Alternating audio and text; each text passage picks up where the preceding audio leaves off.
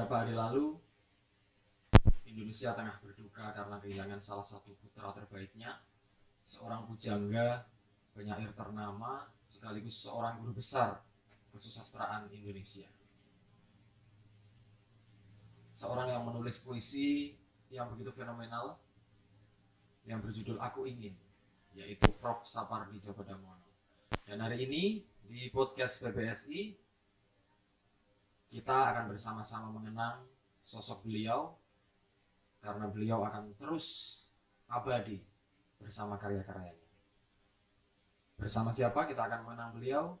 Kita akan bersama-sama mengingat segala memori tentang puisi-puisi beliau dan juga perjalanan hidup beliau dengan Bapak Dr. Muhammad Kanzunuddin. Saya undang Pak Udin untuk bergabung di podcast PBSI seri mengenang Sapardi Djoko Damono.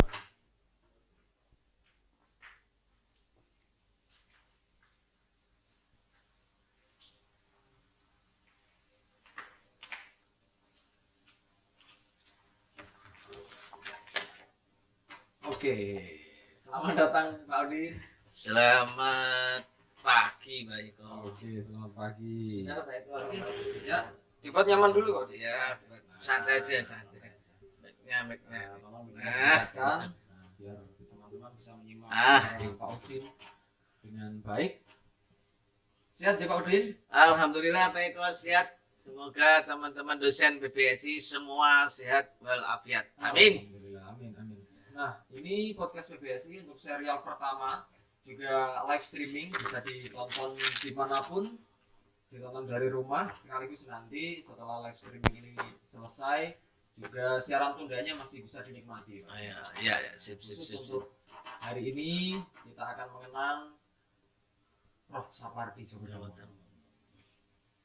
Sebagai awal perbincangan kita, boleh Pak Udin mengungkapkan satu kesan, terutama Pak Udin kan salah satu alumnus Universitas Diponegoro dan beliau juga pernah tercatat sebagai pengajar ya. Ya, betul, Pak Eko. Jadi tahun 81 saya menginjakkan kaki di kampus Fakultas Sastra Undip. Memang beliau masih mondar-mandir di Undip untuk ngajar di Undip. Bahkan di masa purnanya, purna dari Pak Sapardi ini juga masih ngajar di Undip, tapi ngajar di S2 Susastra Undip, Magister Susastra. Jadi beliaunya masih ngajar. Jadi memang menurut saya beliau itu sangat-sangat konsisten dengan dunianya yang telah dipilih, yaitu sebagai penyair, karena beliau kan menulis puisi itu sejak SMA ya. Jadi dan bentuk pola puisinya itu sampai sekarang menunjukkan karakteristik Sapardi Djoko Damono ya. Puisi-puisinya juga terkumpul di berbagai buku.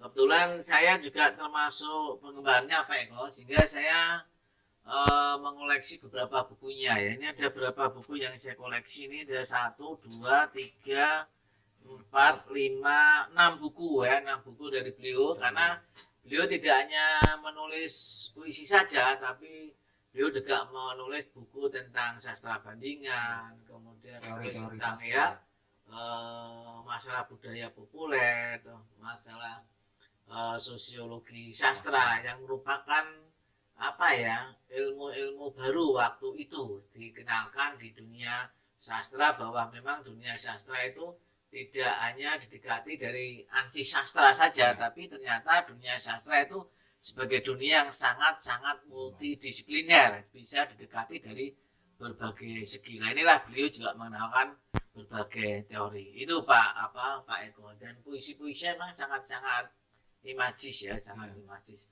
Dan sudah banyak diangkat untuk untuk dilakukan, untuk dimusikalisasikan. Dan termasuk ada yang sudah difilmkan. Iya, betul. Puisinya. Film layar lebar. Iya. Hujan bulan Juni. Ya, itu. Ini puisinya ini Pak Eko yang ini yang ini termasuk yang terbaru ini. Ya, terbaru 2013 terbitannya. Ada 100 berapa puisi nih? Ada 102 puisi. Biasanya kan Pak Sepati puisinya apa ya, tipis-tipis ya. Nah, tapi ini yang kumpulan dari kompilasi. iya, kompilasi semua kumpulan dari berbagai puisinya dikumpulkan menjadi tajuk bulan hujan bulan Juni. Gitu ya. Dan kalau kita lihat memang puisi-puisi Pak Sapardi ini banyak menggunakan kata-kata yang sederhana sebenarnya. Iya, betul. Kata-kata yang memang kita jumpai sehari-hari. Oleh karena itu terasa dekat dengan terutama anak-anak muda. Ya, betul. Memang Pak Eko, seperti pengakuannya beliau sendiri bahwa beliau itu belajar menulis puisi itu dari Rendra. Mengapa dari Rendra? Karena sebelum karya-karyanya Rendra muncul itu puisi-puisi yang muncul tuh puisi-puisi yang ya enggak apa ya, bahasa-bahasanya itu sulit dipahami ya.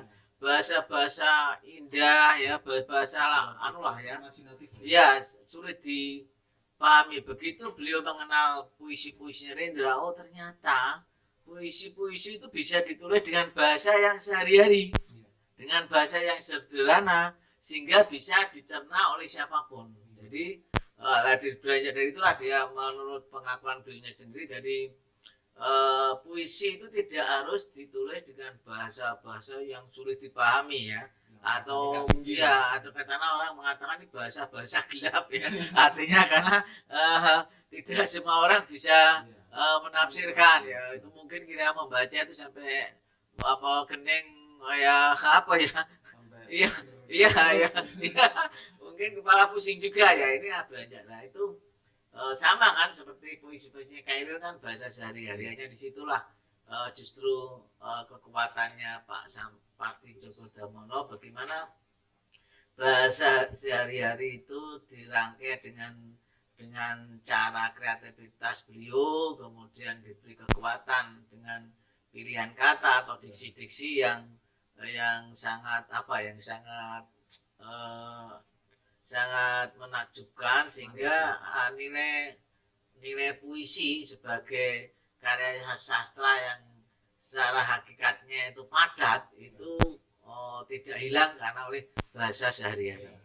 Jadi kan kadang-kadang orang salah paham ya, salah memahami puisi bahasanya bahasa sehari-hari. Nah, tapi di situ justru dibutuhkan daya kreativitas yang tinggi, bagaimana bahasa sehari-hari dikemas menjadi padat, menjadi imajis, menjadi daya estetis, sehingga enak dinikmati dan pesan-pesan yang disampaikan bisa dipahami. Gitu. Justru yang menarik adalah bahasanya memang bahasa sehari-hari, tapi memunculkan estetika dari nah itu yang sulit justru yang sulit. Dan jika kita cermati puisi Prof. Sapardi ini memang banyak menceritakan tentang kisah cinta. Ya, betul. Itu adalah pendekatan yang paling universal bagi manusia. Dan mengapa sekarang justru dari zaman ke zaman penggemar puisi beliau ini terus mengalir, terutama di kalangan anak muda. Ya, betul Pak Eko. Jadi memang beliau punya peran penting di dalam dunia sastra. Salah satu yaitu perkembangan dunia perpuisian ya, karena dengan gayanya yang sederhana ya, tapi bisa mengungkapkan gagasan secara puitis dan dengan nilai-nilai yang sangat kontemplatif. Yaitulah salah satu sumbangan di dalam dunia perpuisian Indonesia oleh Pak Sapardi Djoko Damono, Pak Eko. Jadi misalnya ini ya, saya ya ini nyantai saja ya, ini nyantai saja. Ini juga teman-teman yang menyimak dari rumah boleh request puisi Prof. Sapardi agar dibacakan Pak Udin. Bisa ditulis di kolom nanti saya capek nanti Pak Eko kalau yang minta 10 orang yang baik saya ya. Nanti kami pilih yang ya tadi ya, tadi misalnya kan nanti saya akan membacakan tadi yang disinggung Pak Eko tadi tentang cinta. Memang juga saya termasuk yang suka dengan puisi cintanya Pak Sapardi yang ditulis dengan cara beliau yang khas ya, yang khas, artinya tidak bisa ditiru yang lain. Misalnya ini eh, apa tangan waktu ya. Ini kan kata-kata sederhana ya. Ini saya bacakan dari antologi Hujan Bulan Juni ya. Tangan waktu selalu terulur ia lewat jendela yang panjang dan menakutkan. Selagi engkau bekerja atau mimpi pun tanpa berkata suatu apa. Bila saja kau bertanya mau apa, berarti terlalu jauh kau sudah terbawa sebelum sungguh menjadi sadar bahwa sudah terlanjur terlantar. Belum pernah ia minta izin memutar jarum-jarum jam tua yang segera tergesa-gesa saja berdetak tanpa menoleh walau kau seru. Selalu terulur ia lewat jendela yang makin keras dalam pengalaman mengarah padamu tambah tak tahu memegang leher bajumu. Nah ini kan kata-katanya kan biasa Pak Eko, tapi dikemas oleh Pak Sapardi menjadi puisi yang sangat padat. Ya, jadi dari semua diksinya itu sebenarnya kita sudah mengenali itu dalam nah inilah memang kelebihan seorang penyair bagaimana bisa memanfaatkan bahasa sehari-hari ya. Tapi begitu dirangkai menjadi apa ya, menimbulkan daya estetik yang luar biasa. Terus maknanya juga makna yang padat. Tidak sebagaimana kita membaca esai atau membaca narasi misalnya. Sama-sama bahasanya sehari-hari, tapi konteks berbedanya di situ. Nah, itu letak keindahan puisi. Iya, betul Pak Eka ya. Ngomong-ngomong tentang puisi tadi, Pak Udin sempat menyampaikan bahwa Prof. Sapardi ini banyak dipengaruhi oleh Rendra. Barangkali ini ada pertalian dengan alma mater beliau, karena Prof. Sapardi juga tercatat sebagai iya, dari UGM ya. Iya, betul. Seberapa jauh Prof. Sapardi ini dipengaruhi oleh Rendra, Pak?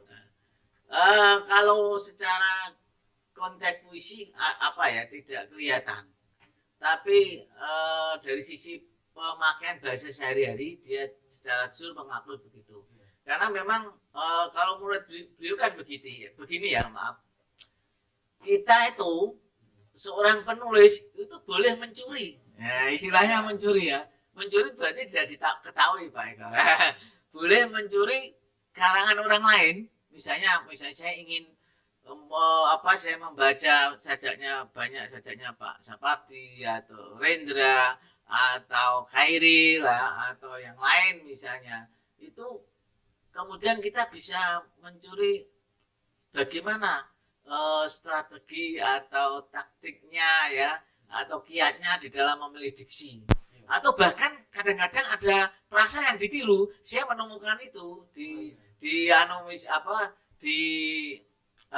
puisinya Pak Sapardi dengan puisi Rendra. Saya menemukan itu artinya ada frasa yang persis gitu. Nah, ya, tapi kan itu sudah miliknya Pak Sapardi. Ya. Sama dulu Khairil itu dikatakan Khairil ini banyak meniru karya-karya orang lain. Itu boleh saja mencuri katanya mencuri ya. Berarti nggak kewenangan. Tapi begitu itu sudah di tangan Khairil, itu sudah menjadi milik Khairil dan sudah rohnya Khairil, bukan rohnya pengarang lain. Sudah bagian dari karakternya. Ya, itulah ya. Disulitnya di situ. Saya kira memang tidak ada semua seorang penulis, semua seorang cerpenis, novelis, penyair pasti ada unsur menirunya pasti. Hanya karena dia sudah dikemas sesuai dengan daya kreativitas, sesuai dengan kepekaan imajinasinya, kemudian sesuai dengan style yang dimiliki dia sehingga hal itu sudah menjadi miliknya dan menjadi trademarknya. Karakter ini kalau gaya ini tuh milik Pak Sapardi, kalau gaya ini tuh milik Khairil, gaya ini tuh milik Rendra misalnya gitu. Nah, hal-hal itu yang wajar-wajar saja ya, wajar saja. Nah, kecuali kalau kita meniru sampai satu baris ya, Itu tidak mencuri itu tidak mencuri ya. Itu sudah meniru seupaya. Itu mencuri ilmunya maksudnya ya, di sini mencuri ilmunya kan boleh ya, seperti kalau di dunia pewayangan itu kan di Vatikano itu mencuri teori memanahnya Durna waktu mengajarkan ke Arjuna, itu boleh, dan dia ternyata piawai dan itu milik, sehingga orang menjadi kaget. Itu miliknya di Vatikano, itu bukan miliknya Arjuna ya, karena ternyata dia mencuri ya. Padahal dia secara diam-diam justru dari balik Gitu. perguruan itu dia mencuri ilmunya di Durna itu ya Pak? Iya, tapi dalam konteks ini mencuri bukan mencuri dalam arti yang lain ya. Mencuri ilmu itu bagus. Kalau mencuri uang nggak jangan ya.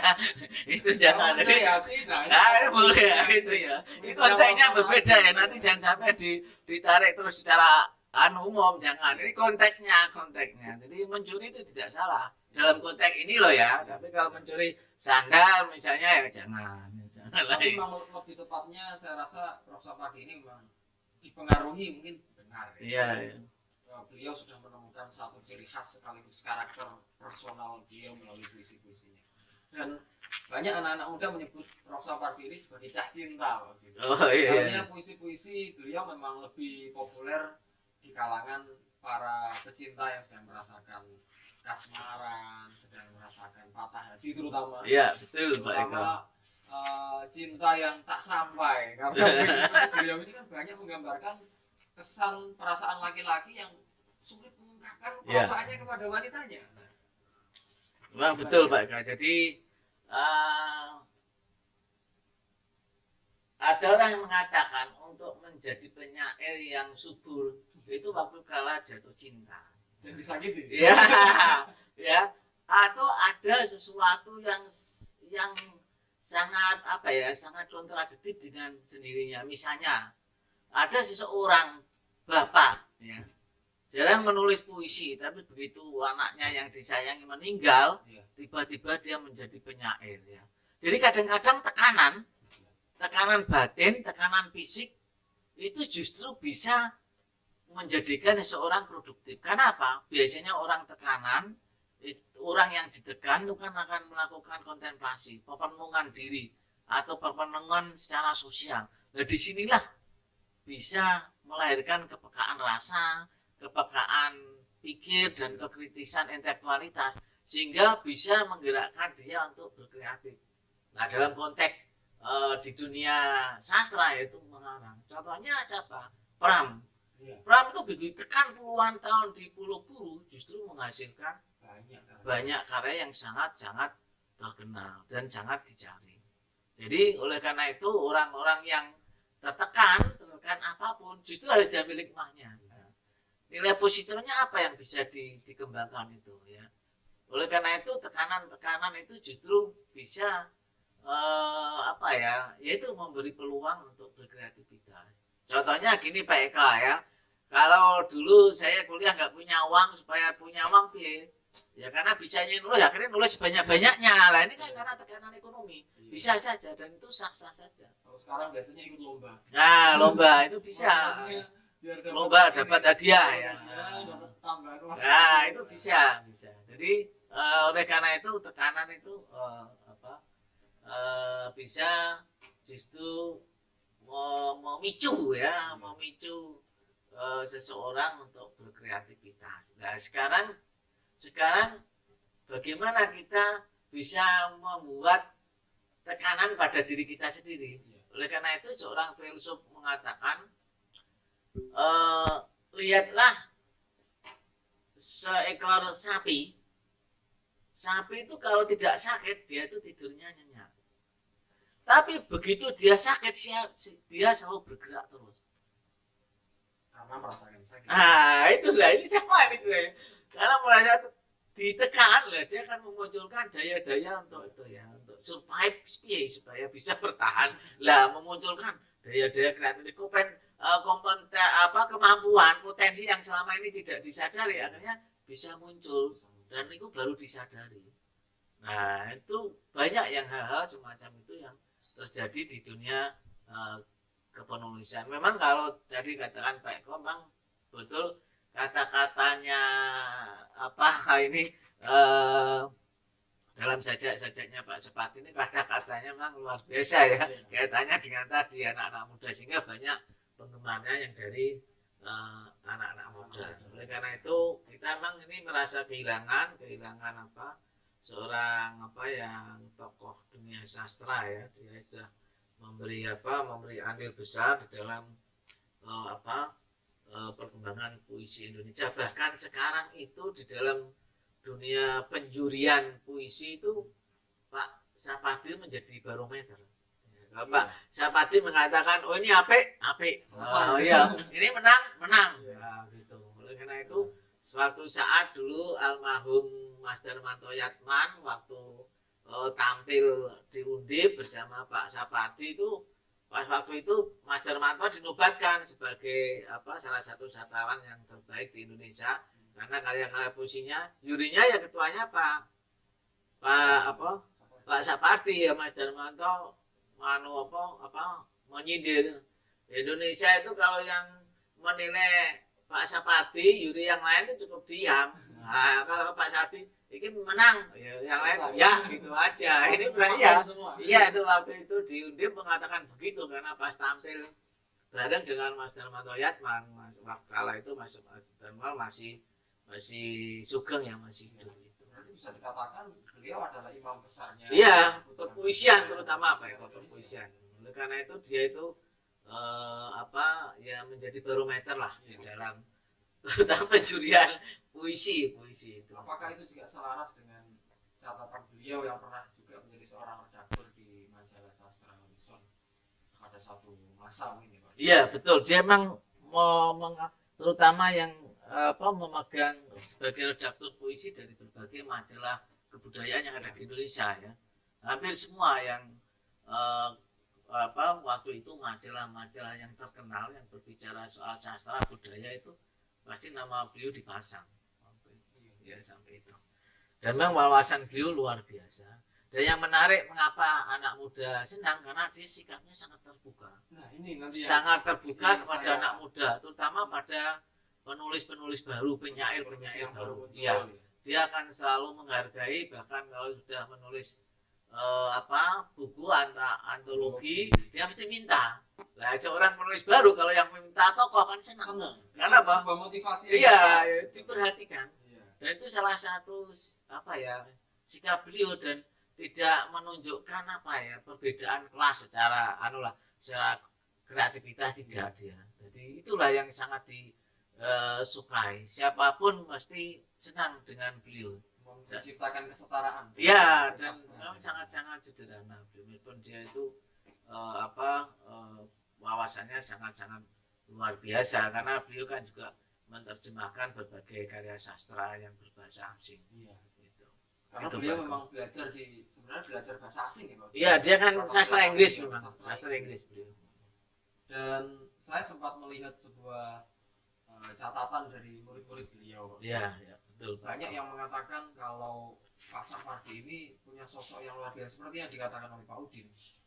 Apabila ada mahasiswanya atau orang lain yang memusikalisasikan puisinya, kemudian mengaliwanakan menjadi sebuah lukisan misalnya, beliau itu sangat apresiatif. Artinya tidak pernah memberikan apresiasi negatif, selalu apik. Iya, betul. Apik banget karena itu tandanya orang membaca puisiku. Iya, apabila ada orang baca puisiku itu sudah luar biasa, apalagi mau mengaliwanakan, sudah pasti dia baca. Itu seberapa karismatiknya beliau. Ini betul Pak, di dalam bukunya ini itu beliau menyebut nama-nama yang telah setelah mengangkat puisinya menjadi musikalisasi puisi. Sebut dia. Nah, itu kan menunjukkan rendah hatinya itu loh ya. Jadi orang-orang yang pernah membaca memusikalisasi puisi beliau disebut di dalam buku ini. Nah, iya disebut. Jadi ini kan salah satu apresiasi terhadap orang ya, tidak pandang siapapun yang telah membaca puisi-puisi beliau.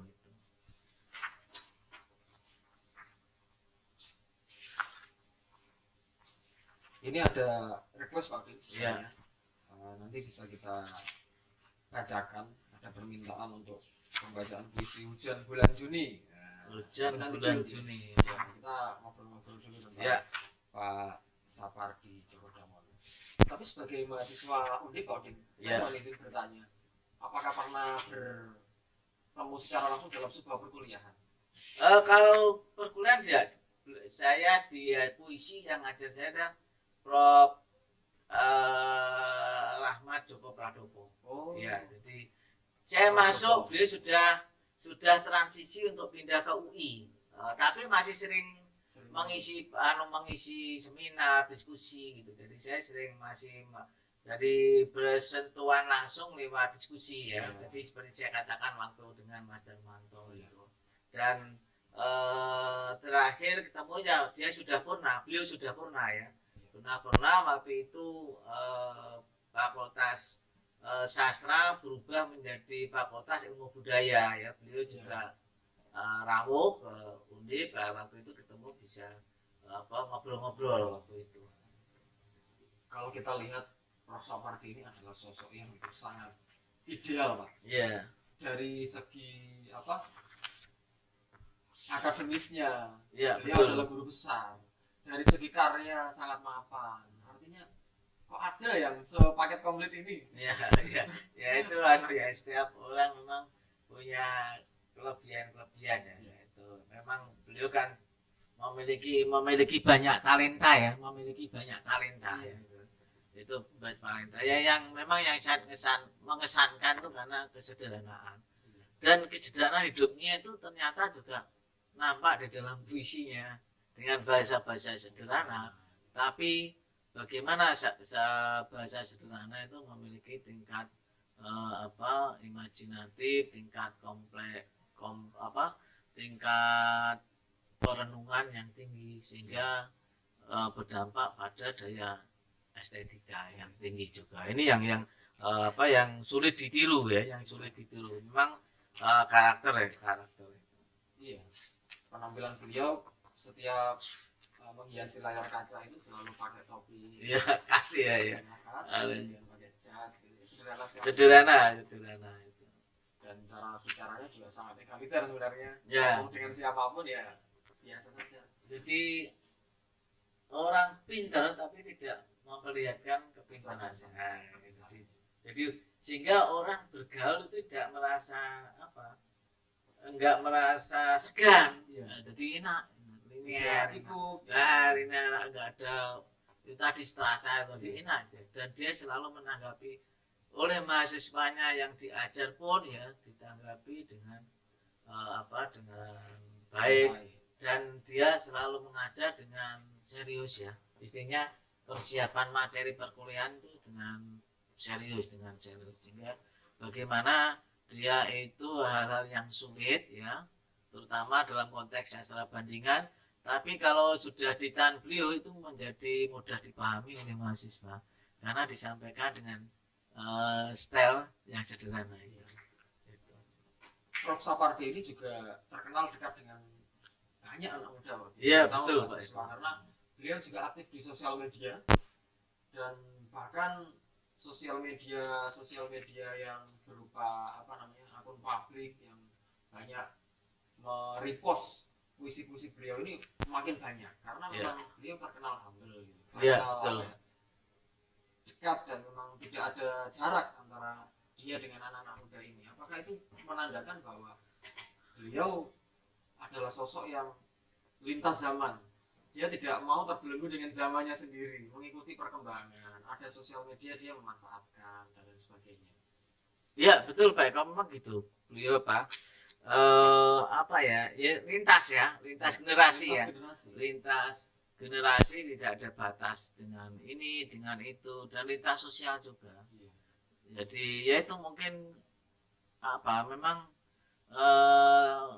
itu loh kesederhanaannya ya, kesederhanaan dalam arti luar dalamnya sehingga siapapun bisa bisa bergaul ya, bisa belajar dari beliau ya gitu. Jadi enak ya, dan dia memang dia bisa mengikuti perkembangan ya dalam konteks konteks teknologi ya. Kalau konteks keilmuan jelas beliau bahwasanya sangat luas dia. Nah itulah dengan pengalaman yang sangat luas tapi ditampilkan dengan cara yang sederhana dari siapapun yang ingin mendekat itu tidak segan ya, tidak segan karena itu rasa familiarnya sangat-sangat tinggi terhadap siapapun. Beberapa waktu lalu ketika kita sedang ramai WFH Pak Udin, Ya. karena ada pandemi ini, Prof. Sapardi sempat loh live Instagram. Ya. Jadi ini menandakan betul beliau ini sangat-sangat mengikuti perkembangan. Ya, betul. Seorang Prof. Sapardi live Instagram bersama anak muda. Asiknya di situ. Sehingga memang saya rasa tidak hanya puisinya yang akan terus abadi, tapi kenangan-kenangan itu juga akan Ya. terus abadi. Tidak ada orang yang seperti beliau. Jadi tidak hanya puisinya, sikapnya, perilakunya, tutur katanya juga enak di dalam menanggapi apa ya pertanyaan atau dialog dari siapapun. Meskipun itu dalam konteks di ruang kampus maupun di luar kampus dia selalu bersikap terbuka gitu, lalu mengembangkan wawasan kepada mahasiswa. Biasanya emang gitu Pak Eko, menurut saya orang kalau sudah sampai pada tataran yang tinggi memang sangat-sangat terbuka dan Moderat lebih moderat dan itu bisa lintas generasi, lintas kalangan dan sebagainya itu Pak Eko. Ya, kita break sebentar. Ya. Karena setelah ini nanti kita minta Pak Udin untuk baca puisinya Prof. Sapardi lagi. Teman seia sekitar.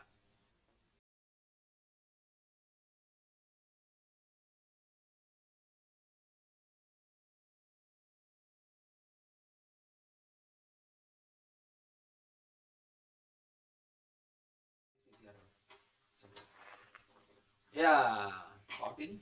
Ya, karena ada permintaan dari audiens untuk membaca puisinya Prof. Sapardi lagi, terutama yang hujan bulan Juni. Hujan bulan Juni, Pak. Jadi perlu kita turuti. Kalau tidak nanti marah nanti ya.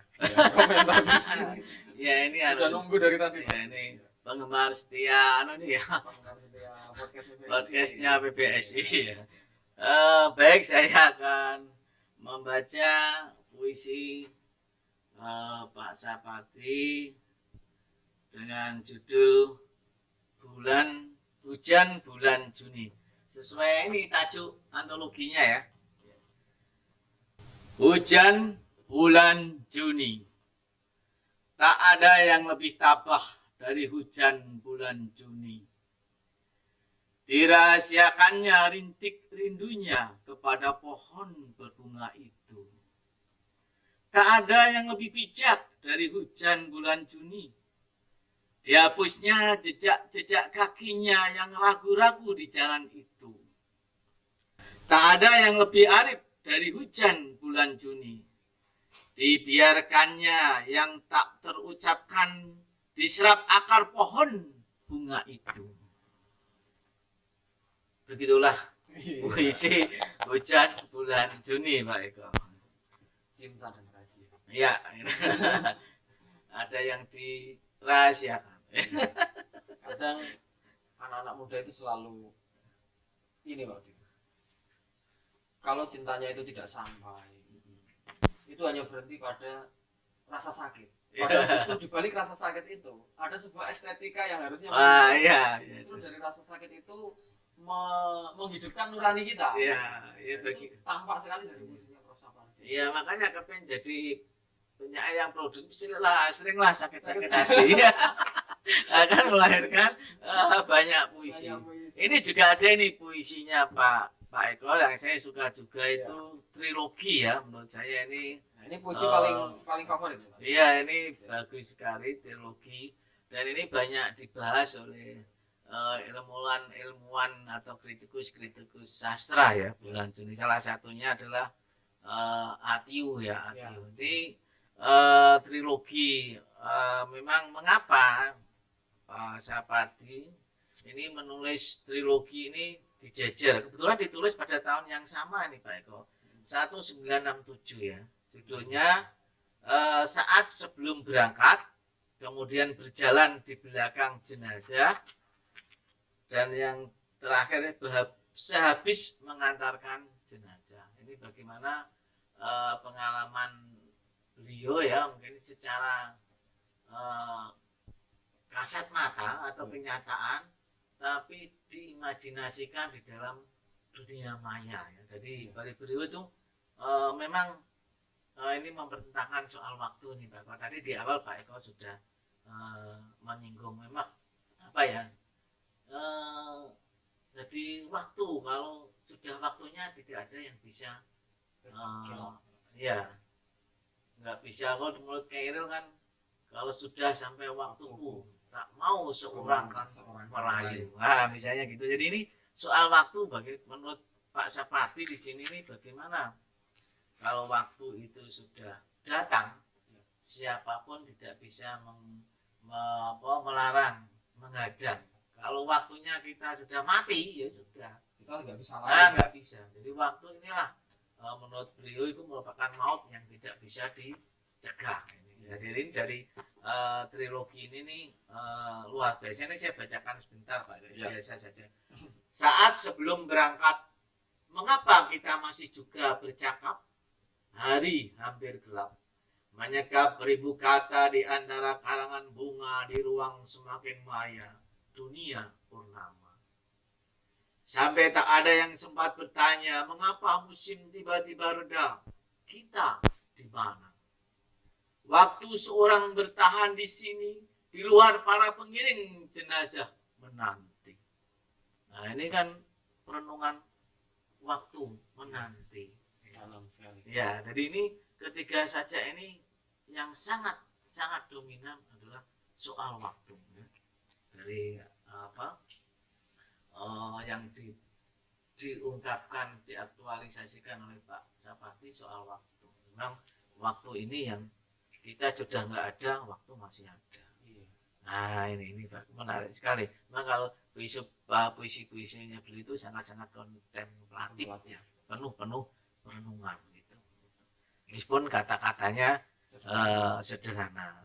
Dan memang selalu membuat kita merenung. Iya ini ya, itu. Ini salah satu trilogi dari 3 puisi. Saat sebelum berangkat, berjalan di belakang jenazah, dan yang ketiga adalah sehabis mengantar jenazah. Ini enggak ya, merupakan 3 kesatuan satu puisi yang tidak bisa dipisahkan. Oleh karena itu beliau menulisnya berjejer, puisinya berurutan, tidak dipisah dengan halaman yang berbeda.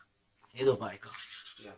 Nah sebelum kita akhiri Pak Udin, karena ternyata kita sudah menemani teman-teman di rumah dari pagi sampai siang ini, karena kita harus melanjutkan aktivitas berikutnya. Apa yang bisa kita teladani dari beliau meskipun beliau sudah meninggalkan kita? Satu adalah Pak Eko, ya semangat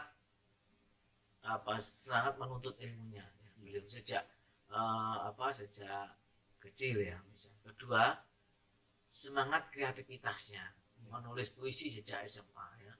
Itu. Kemudian kesederhanaan dalam berkarya, dan kesederhanaan inilah yang melahirkan kejujuran dalam berkarya. Terus kesederhanaan bagaimana sikap keterbukaan terhadap lintas generasi. Ini yang tidak menunjukkan keegoan, keintelektualan, keegoan, kepenyairan, keegoan apa yang dimiliki. Jadi seolah-olah di-share. Dan dia sangat menghormati siapa saja dan sangat familiar kepada siapa. Oleh karena itu anak-anak muda suka sekali. Anak muda kan suka kalau ada orang yang sangat familiar, sangat terbuka, dan sangat menghormati dan sangat memberi motivasi. Nah ini yang luar biasa. Jadi dia tetap berkarya, tidak mengenal batas usia. Bahkan dia sampai ini yang bukunya yang kebudayaan populer, kemudian sastra bandingan ini, itu dia tulis sendiri, dia koreksi sendiri, dia terbitkan sendiri gitu. Tekun sekali. Iya, karena ingin menyampaikan ilmu kepada siapa saja.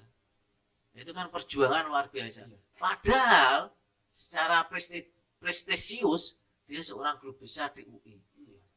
Finansial dia nggak Sudah puas. pasti.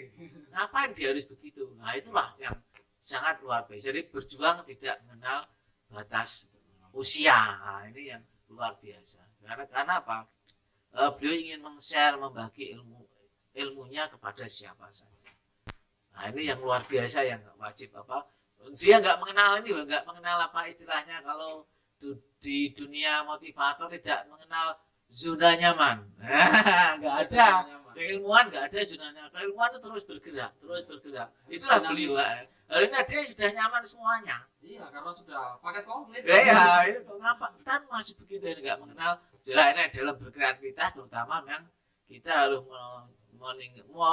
meninggalkan jangan sampai kita berada di zona nyaman, nanti kita nggak akan bisa melahirkan karya. Gitu Pak Eko. Siap Pak Udin. Jadi sekali lagi kita memang benar-benar merasakan kehilangan seorang penulis hujan bulan Juli yang akhirnya meninggalkan kita di bulan Juli. Dan semoga beliau tenang di sisi Tuhan Yang Maha Kuasa, mendapatkan tempat yang nyaman. Amin. Dan terus berpuisi di mana saja. Ya. Kita sebagai pengikutnya semoga terus bisa melanjutkan jejak beliau dan semangat beliau. Tapi nggak boleh mazhab loh Pak ya. Kreativitas nanti boleh mencuri ilmunya Pak Sapadi ya, tapi kita kembangkan sendiri. Nah, itu pesannya Pak Sapadi. Ya, gitu karakter. Oke Pak Udin, kita Ya, akan gitu. bertemu kembali di sesi podcast berikutnya. Ya, Kapan-kapan kita juga akan ngobrol tentang puisi-puisi yang ya, lain. ya, betul Pak. Sampai jumpa kembali, semoga sehat selalu. Saya tutup. Assalamualaikum warahmatullahi wabarakatuh, teman sekitar. Waalaikumsalam warahmatullahi wabarakatuh. Selamat siang. Terima kasih Pak Eko. Terima kasih BPSI.